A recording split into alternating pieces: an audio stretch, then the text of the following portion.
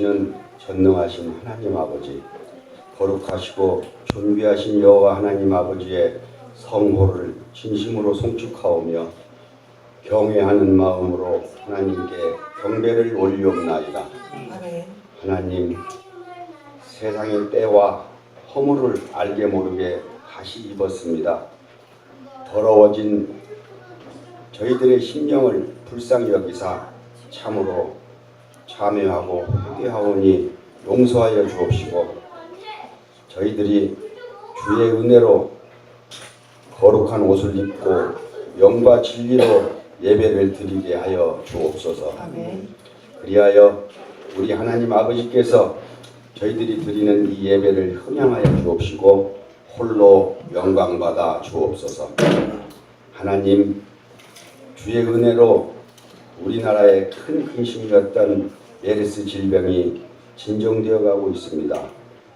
주의 은혜이며 진심으로 감사드립니다.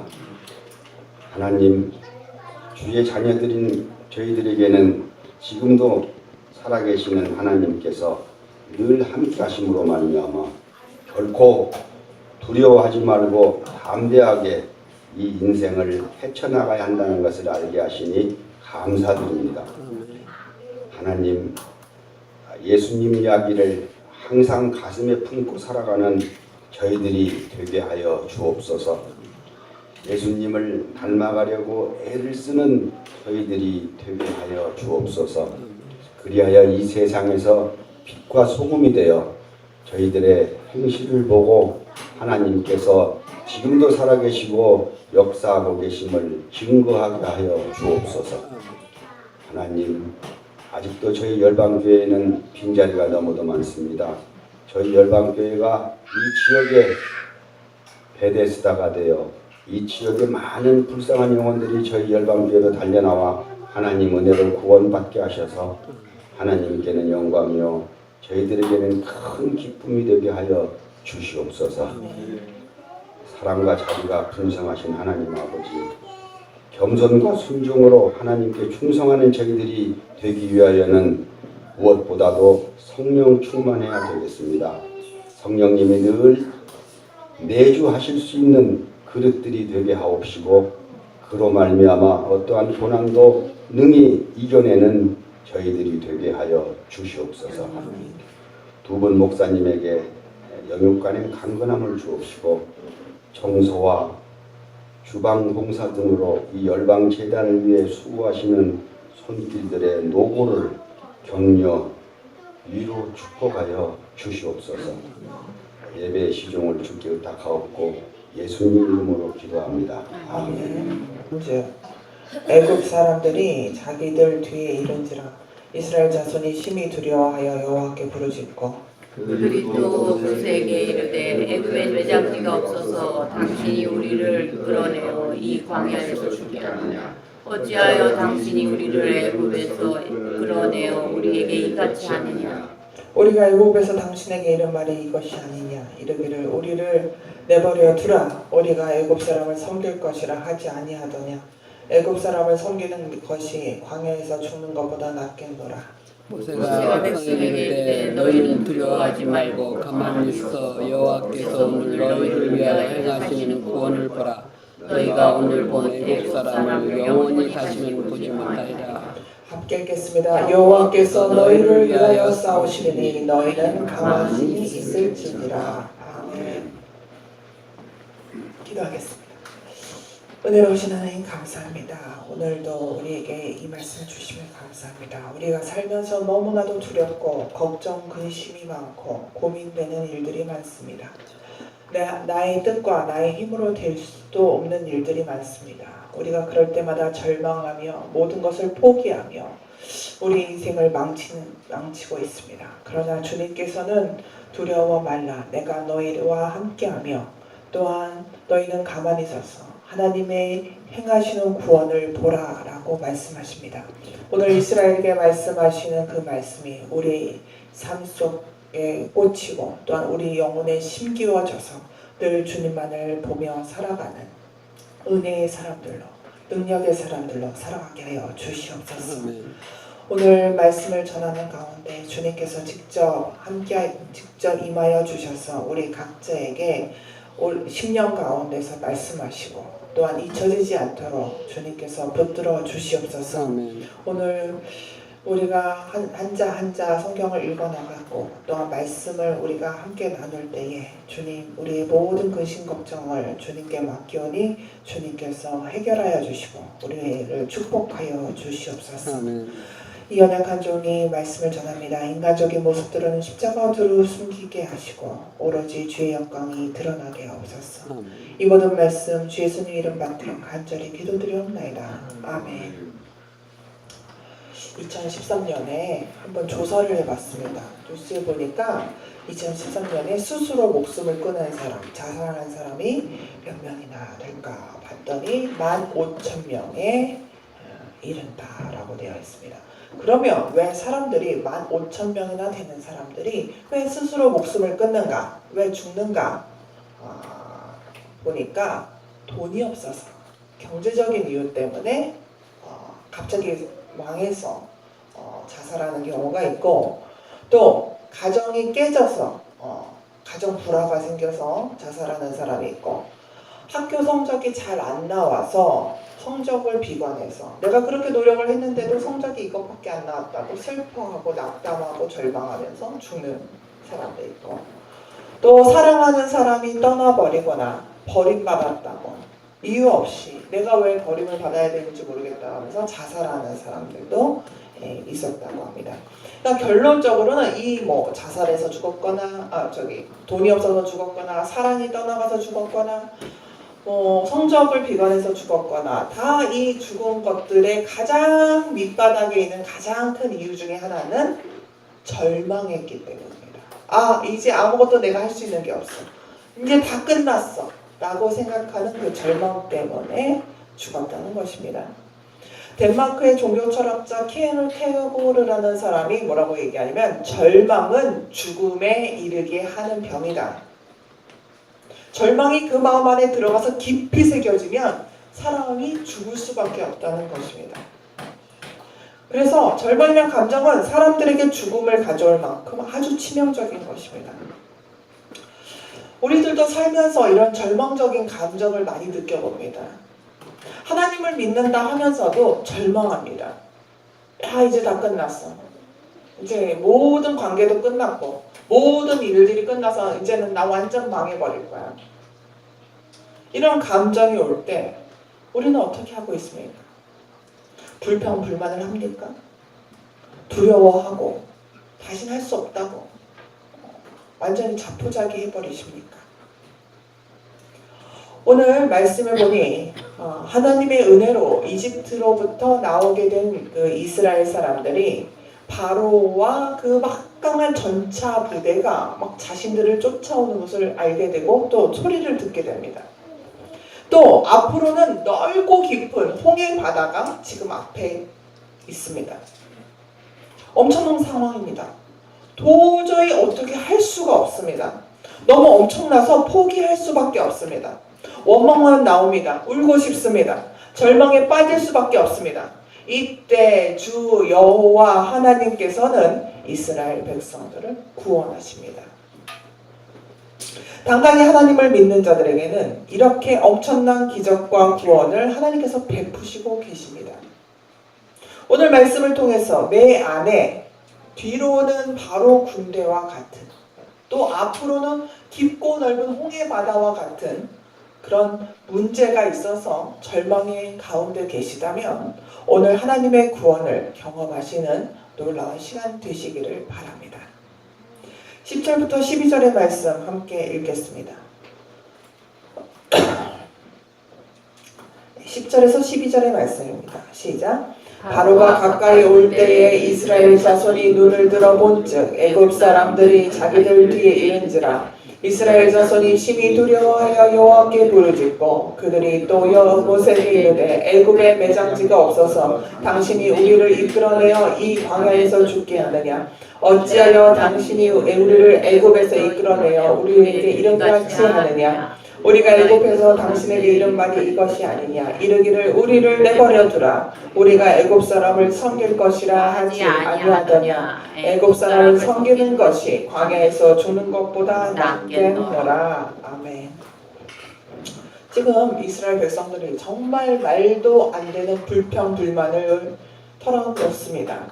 모세가 하나님의 말씀을 전했으니까 사실상 모세에게 원망하는 것이 아니라 하나님께 원망하는 것입니다. 어떻게 원망하냐면 이집트에 우리 시체를 묻을 곳이 없어서 여기 이 홍해바다 광야에까지 나와서 우리 시체를 묻으려고 하느냐 하면서 언제 내가 너를 따라 나가겠다고 했냐 언제 구해달라고 했냐 그러면서 원망하고 있습니다. 그러면서 뭐라고 얘기합니까? 다시 이집트 사람들의 노예로 그렇게 살겠다고 얘기합니다. 그냥 보면 이스라엘 백성들이 그냥 인간적으로 은혜도 모르고 그렇게 배신하는 것처럼 보이지만 사실상 지금 인간적으로 볼 때는 그럴만도 합니다. 한두 사람이 아닙니다. 200명이 아닙니다. 자그마치 200만 명입니다. 이 남천동에 몇 명이 사는 줄 아십니까? 32,000명 삽니다. 그거에 거의 한 50배? 70배 되는 사람들이 지금 다 이집트에서 나오고 있습니다. 그리고 이 200만 명이 다 싸움을 잘하는 젊은 남자들이 아닙니다.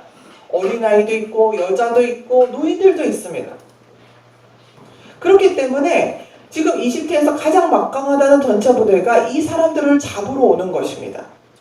한 200명 정도면 흩어져서라도 배를 구해서 타가지고 바다로 나가서 도망이라도 치겠는데 지금 200만 명이 지금 있는 상태에서 100명이 탈 수 있는 배를 큰 배를 구한다 하더라도 지금 2만 척이 필요한 것입니다.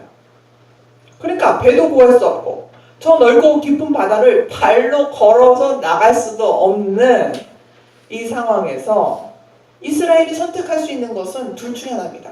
다 바다에 빠져서 죽든지 아니면 이 이집트 사람들한테 다 항복을 해서 끌려가서 노예 생활을 하든지 그 둘 중에 하나입니다. 완전히 절반적인 상황입니다. 사람의 방법으로 사람의 생각으로 도저히 구원받을 수 있는 길이 없습니다. 그러니 이집트 군대가 두렵고 앞에 홍해 바다를 보면 답답하고 이럴 수도 없고 저럴 수도 없는 그런 상황입니다. 그런데 여기서 가만히 생각해 보면 하나님께서 10가지 재앙을 내리셔서 이집트 왕이 결국 이스라엘 사람들을 이집트에서 떠나도록 했던 사실이 그들 안에 있습니다. 몇백 명도 아니고 200만 명이나 풀어주는 그런 왕은 없습니다. 사실 노예들을 그냥 풀어줘요? 그렇게 풀어주는 왕은 정말 미친 왕이라고 할 수밖에 없습니다. 왜냐하면 다 노예도 재산이고 돈이고 공짜 노동력인데 그걸 왜 해방시켜 줍니까? 그러나 이 불가능한 것을 하신 분이 누구십니까? 하나님이셨습니다. 그런데 이것을 처음부터 끝까지 이걸 모든 것을 본 이스라엘 백성들이 지금 뒤로는 바로군데 앞으로는 홍해바다가 있는 절망적인 상황에서 왜 생각하지 못했을까? 그들에게는 하나님이 계신데 왜 인간적인 방법으로만 생각했을까? 도리어 하나님에게 왜 불평했을까? 우리가 생각해보면 단 한 가지. 그들의 10절에서 12절까지 나오는 말들을 잘 보면 그들은 과거를 그리워했다는 것입니다.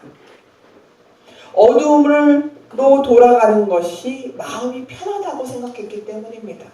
그나마도 목숨을 붙이고 살 수 있을 거라고 생각한 것입니다. 이스라엘 사람들이 출애굽기 1장에 보면 이런 얘기가 나옵니다. 요셉을 모르는 왕이 나타나자 이 사람들이 이제 엄청난 고통의 시절을 지내게 되는데 노예로 중산층의 삶을 살다가 노예로 이렇게 딱 떨어집니다. 노예란 무엇입니까? 자유가 없습니다. 주인의 뜻에 따라 무엇이든지 해야 합니다. 물건 취급받습니다. 주인의 재산입니다. 한마디로 사람이 아닌 것입니다. 그래서 이스라엘 사람들이 하나님께 부르짖습니다. 아브라함의 하나님, 야곱의 하나님, 이삭의 하나님께 기도합니다. 구해달라고 기도합니다. 자신의 조상들을 그렇게 돌보셨던 하나님이셔 우리를 인간의 생각으로 아무것도 정말 요만큼의 가능성도 없는 그 일을 우리가 구원받을 수 있도록 도와달라고 기도합니다. 그래서 어떻게 됩니까? 결국 모세를 통해서 하나님께서 이스라엘에게 구원을 베푸십니다. 그런데 일이 꼬이고 절망적인 상황이 되자 이스라엘 사람들은 그렇게도 빠져나오고 싶어 했던 이집트에서의 노예 생활을 다시 하기를 원합니다. 그 어둡고 힘들었던 생활을 다시 돌아가려고 합니다. 이러니 소망 없는 그 생활을 선택하는 가장 멍청하고 악한 일들을 지금 이스라엘 백성들이 벌이고자 하는 것입니다. 이렇게 우리의 일들이 꼬이고 또 꼬여서 자포자기하는 일들이 벌어질 때 우리는 어떻게 해야 합니까? 제가 옛날에 YBM에서 파견교사를 했었습니다. 파견교사가 뭐 하는 거냐면 각 학교마다 영어를 가르치러 가는데 유치원이나 이런 방과후 학교들 가서 선생님을 하는 겁니다. 오늘 가서 이렇게 이제 준비하려고 이렇게 밖에서 있는데 아이들이 노는 시간이었습니다. 노는 시간인데 어떤 아이가 무슨 털실로 뭘 만드는 게 있는데 그걸 갖고 장난을 치고 있었어요. 근데 자기만 이렇게 털실을 갖고 막 여기저기 꼬이고 막 하고 노는 게 아니라 지 친구도 재밌겠다고 이렇게 같이 감아버릴 거예요. 근데 이 애들이 이걸 이 두 아이가 잘못 감다가 풀 수가 없는 거예요. 털실이요, 이게 꼬이면 굉장히 단단하거든요. 그러니까 애들이 이 감던 애가 너무 당황스러워서 풀리질 않으니까 당황해가지고 막 우는 겁니다. 그러니까 막 선생님이 달려왔어요. 선생님이 달려와서 뭐라고 얘기하냐면 가만히 있어봐. 이제 울지 말고 선생님이 풀어줄 테니 걱정하지 마. 그러더니 선생님이 끝을 잡아서 하나 빼면서 그걸 다 풀어주었습니다. 왜 가만히 있어봐. 내가 풀어줄게. 선생님이 왜 그랬을까요?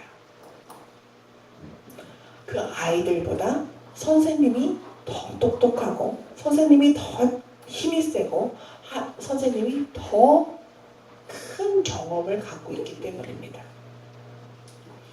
어른과 아이들의 관계처럼 이 유치원 아이들과 선생님의 관계처럼 하나님과 우리의 관계도 마찬가지입니다. 하나님께서는 우리가 보지 못하는 것들을 보시고 우리가 생각하지 못하는 것들을 아시고 우리가 할 수 없는 일들을 하실 수가 있습니다. 그렇기 때문에 우리가 불평이나 원망을 하나님 앞에서 없애려면 어떻게 해야 됩니까? 하나님께 감사했던 일들을 떠올려야만 합니다. 이스라엘 사람들이 홍해 앞에 섰을 때 그리고 그 뒤에 이집트의 막강한 전차 부대가 쫓아오고 있었을 때 첫 번째로 해야 했던 것은 무엇이겠습니까? 하나님께서 이집트에서 자신들을 구원해 주셨던 것을 감사해야 했습니다. 두려워하고 무서워하고 걱정하고 포기하고 절망하지 말고 10가지 재앙으로 스스로를 태양의 아들로 여기는 이집트 왕을 완전히 굴복시켰던 그 일을 떠올려야만 했습니다. 그래서 온전히 하나님께 의지하고 하나님께 매달려야 했습니다. 그것이 위기의 순간에서 믿는 자들이 가지는 특권인 것입니다. 얼라이브라는 영화가 1993년도에 나오자마자 폭발적인 인기를 받았습니다. 이 영화는 실제 있는 얘기로 1972년에 10월 13일 금요일에 우루과이의 올드 크리스천스 럭비팀과 그 일행 45명이 이 치성 경기차 칠레로 비행기를 타고 안데스 산맥을 이러고 지나고 있다가 추락했어요. 추락 당시에 난도라는 그 청년의 어머니는 바로 죽었고 또 8일 만에 여동생도 죽었습니다. 그리고 그의 가장 친한 친구 귀도와 판치토도 죽었습니다. 그리고 이 난도란 청년도 머리가 깨져서 3일 동안 의식불명이었습니다.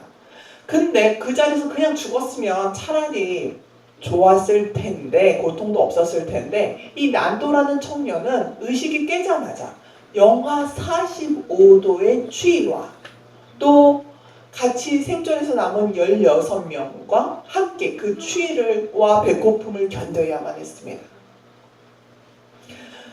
이 사람들은 이제 먹을 것이 없어지니까 서서히 죽어있는 사체에 죽어있는 사람의 시체를 먹기 시작했고, 또 라디오로 흘러나오는 구조에 대한 그 일들이 이제 너무 눈사태가 벌어지고 눈이 너무 와서 구조대들도 이제 이 사람들을 찾지 않겠다고 딱 선언해 버렸습니다. 눈이 많이 쌓였습니다. 비행기도 다 눈 속에 갇혔습니다. 그렇지만 멀쩡히 16명은 살아있습니다. 그때 이 난도라는 청년이 자기 친구와 함께 이 구조대를 찾으러 칠레로 가겠다고 얘기합니다. 이 친구는 두려워서 얘기합니다. 이렇게 산이 많고 이렇게 눈이 쌓였는데 어떻게 가겠느냐고. 그때 난도가 얘기합니다. 하나님이 이 아름다운 광경을 보게 하려고 지금 우리를 지금까지 살려두신 것이다. 그 이야기를 들은 모든 사람들은 난도의 믿음을 보고 자신들의 믿음을 갖기 시작했습니다. 나를 살려두신 데에는 하나님께서 뜻이 있으실 거다. 그 소망을 품습니다. 결국 이 난도와 이 친구는 추락 현장에서 칠레 로스 마이테네스에 이르는 100km를 걸어와서 구조 요청에 성공했습니다. 그리고 더 놀라운 것은 이 두 사람이 구조 요청을 하러 떠나고 난 뒤가 70일이나 지났는데도 남아있던 그 사람들이 그대로 난도와 그 친구를 기다렸다는 사실입니다. 단 한 사람의 온전한 믿음을 통해서 하나님께서 이 16명을 구원하신 것입니다. 이처럼 모세도 이 난도와 같은 절대적인 하나님을 의지하는 긍정의 믿음을 가지고 있었습니다. 우리 13절과 14절, 이 원망하고 불평하고 절망 가운데 있는 이스라엘 민족에게 지금 모세가 무엇이라고 얘기하는지 우리 함께 보도록 하겠습니다. 13절에서 14절의 말씀 함께 읽겠습니다. 시작. 모세가 백성에게 이르되 너희는 두려워하지 말고 가만히 서서 여호와께서 오늘 너희를 위하여 행하시는 구원을 보라. 너희가 오늘 본 애굽 사람을 영원히 다시 보지 아니하리라. 여호와께서 너희를 위하여 싸우시리니 너희는 가만히 있을지니라. 아멘. 모세 말의 핵심은 무엇입니까? 온전히 하나님을 믿으라. 그러면 우리를 구원하실 것이다. 아멘. 다시 말하면 이집트에서 이스라엘을 보호하시고 해방시킨 하나님이 바로 저 이집트의 하나님도 아니고 다른 민족의 하나님도 아니고 우리의 하나님이시니까 이 하나님께서 우리를 위해 싸우실 것이다 라는 말입니다. 그러니 이스라엘은 가만히 서서 이스라엘 적들이 이집트 사람을 완전히 멸망시키는 것을 보게 될 것이고 완벽히 이스라엘 백성을 구원하실 거라는 말입니다. 이것은 참으로 우리에게 정말 축복이 되는 말입니다. 간혹 우리가 살면서 우리에게 사기를 치거나 우리에게 상처를 주는 사람들을 만납니다. 근데 이런 사람들은 피하고 싶어도 피할 수가 없습니다. 또 그 사람들에게 당할 수밖에 없습니다. 왜냐하면 작정하고 이용하려고 작정하고 온 사람들을 어떻게 우리가 막아냅니까? 그러면 어쩔 수 없이 당합니다. 자신이 잘못한 것도 없어도 이용당할 수밖에 없습니다. 그러면 보통 사람들이 어떻게 합니까? 갚아준다고 얘기합니다. 복수한다고 얘기합니다. 그러나 우리 믿는 자들은 어떻게 합니까? 하나님께 맡깁니다. 당한 일 때문에 화가 나고 아파도 다 하나님께 맡기고 하나님께서 완벽하게 해결해 주실 때까지 평안하게, 마음 편하게, 행복하게 살아가는 것입니다. 하나님께서 갚아주셔야 완벽하게, 완전하게 뿌리가 뽑히도록 해결이 됩니다. 그래서 인생은 바라보는 방향에 따라 이것이 결정이 됩니다. 바라보는 것에 영향을 받습니다. 여러분들이 늘 바라보는 것은 무엇입니까? 늘 보는 것에 따라 행복해지기도 하고 불행해지기도 합니다. 그러므로 성경은 환경을 따라 살지 말고 내 주변에 있는 것들을 바라보지 말고 하나님만을 바라보라고 이야기하고 있습니다. 이제 어려움에서 눈을 돌려 구원하시는 하나님을 보시기 바랍니다. 아무리 위급한 상황에 처해도 하나님만 바라보시기 바랍니다. 하나님의 구원을 보시기 바랍니다. 그러므로 이제부터 어려움을 당할수록 우리는 어떻게 됩니까? 침착해져야 합니다. 조급해해야 되지 하면 안 되는 것입니다.